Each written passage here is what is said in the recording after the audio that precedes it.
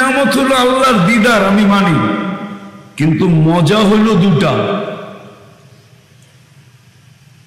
ওই যে আল্লাহর হুকুম মানে নাই, মানতেছে না, বারবার শেখ খাওয়ার পরেও 14 তারিখে ফুল কিনে, আর প্রবাদ বাক্য বলে একবার না পারিলে দেখো শতবার। এটা বুঝি ইজ্জত? এটা ইজ্জত? ইজ্জত তো ছিল আল্লাহর হুকুম মানার ভিতরে। কইরালো যুবক, ফুর্তি, দেখা হবে ইনশাআল্লাহ জান্নাতে। জান্নাতে 14 তারিখ ডেলি 100 বার হবে, 100 বার। কয়শো বার? 100 বার। বৎসরে 14 তারিখ হবে জান্নাতে, কত জানো? 46,500 বার। ডেলি 100 হিসাব করলাম।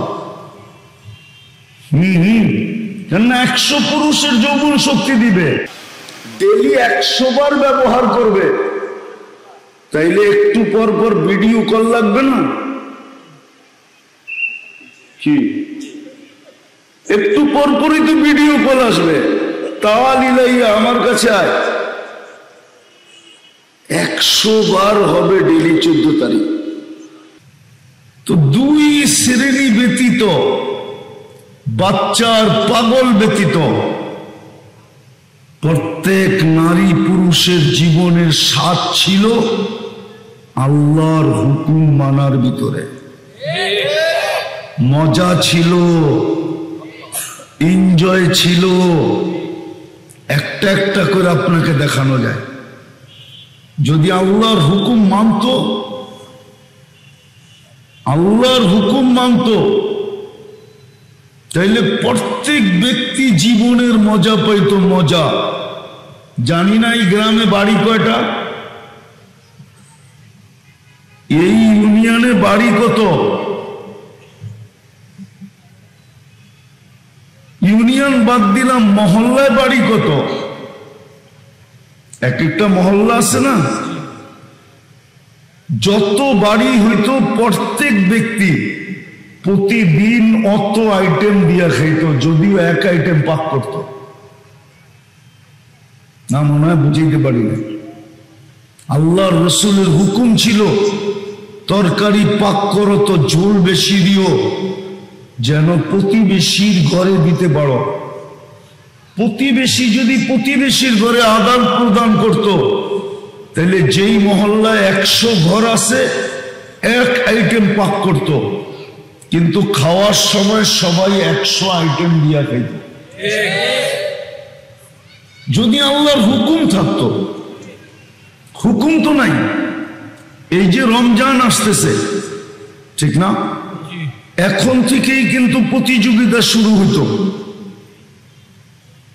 প্রত্যেক বিল্ডিং 5 তলা, তো 5 জনকে ফ্যামিলি বলতো, বোন তুই ইফতারি পাকাইস না। আরে ভাই কেন?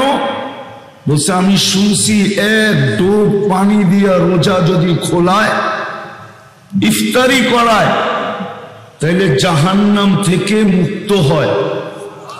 বিদায় আমি কিন্তু ব্যবস্থা করে ফেলছি, তোর ইফতারি ডেলি আমি পাক করে পাঠাবো। আমার জাহান্নাম থেকে মুক্ত হওয়ার প্রয়োজন। তাইলে সামনে আলাও বলতো, বোন তোর আগে আমিও ব্যবস্থা করে ফেলছি, আমিও তোর ইফতারি ডেলি পাক করে পাঠাবো, তুই কিন্তু পাকাইস না। সুস্পষ্ট হাদিস, মান আফতারা সাইমান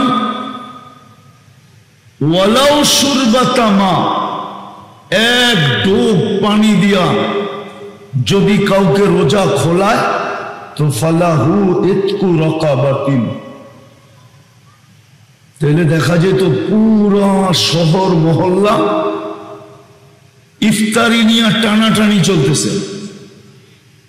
আরেক দল লোক দেখা যেত রাস্তায় দাঁড়ায় আছে, ঠিক আজানের পূর্বক্ষণ, অল্প কিছুক্ষণ আগে। আরে ভাই কি রাস্তায় কেন?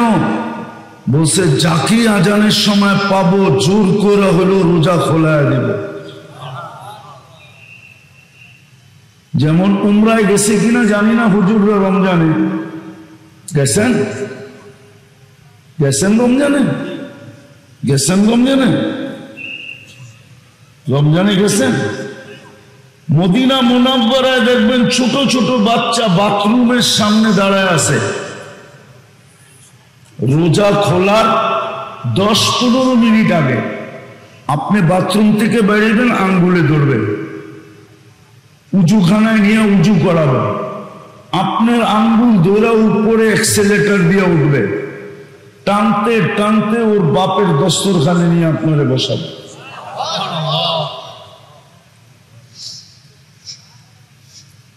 আমাদের জীবনের স্বাদ হইল আল্লাহর হুকুম মানার ভিতরে।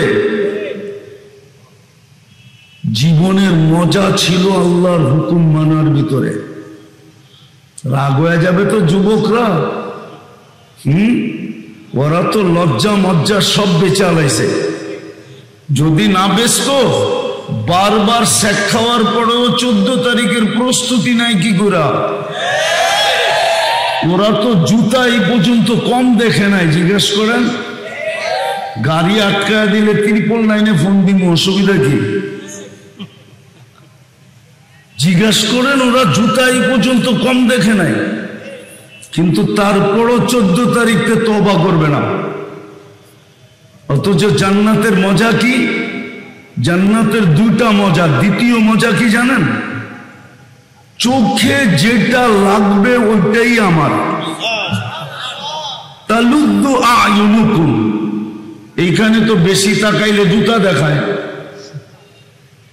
জিজ্ঞেস করেন, ওরা দেখছে না দেখে নাই জুতা এই পর্যন্ত কতবার? জিজ্ঞেস করেন। রাগ হয়ে গেল মনে হয়, ঠিক না?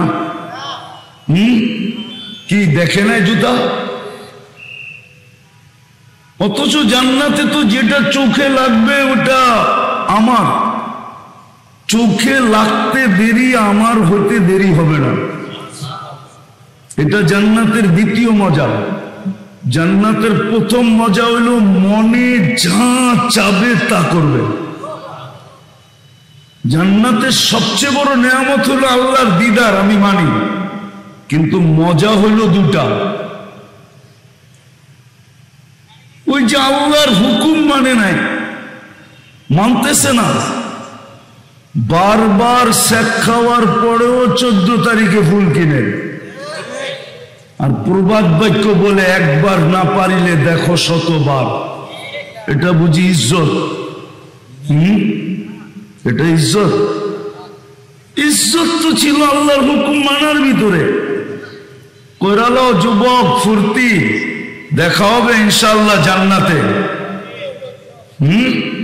জান্নাতে 14 তারিখ ডেলি 100 বার হবে। 100 বার। কয়শো বার? কয়শো বার?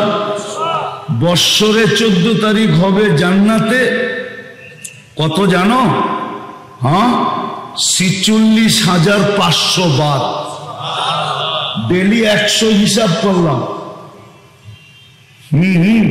কেন 100 পুরুষের যৌবন শক্তি দিবে, ডেলি 100 বার ব্যবহার করবে।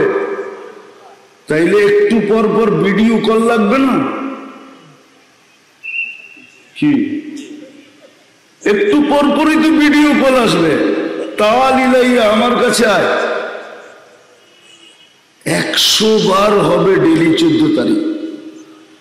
যা কথার শেষ জায়গায় চলে আসছি।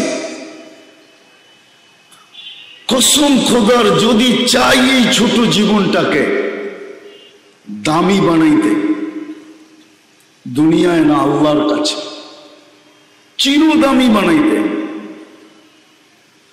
তাইলে আল্লাহর হুকুম ছাড়া বিকল্প কোনো রাস্তা নাই।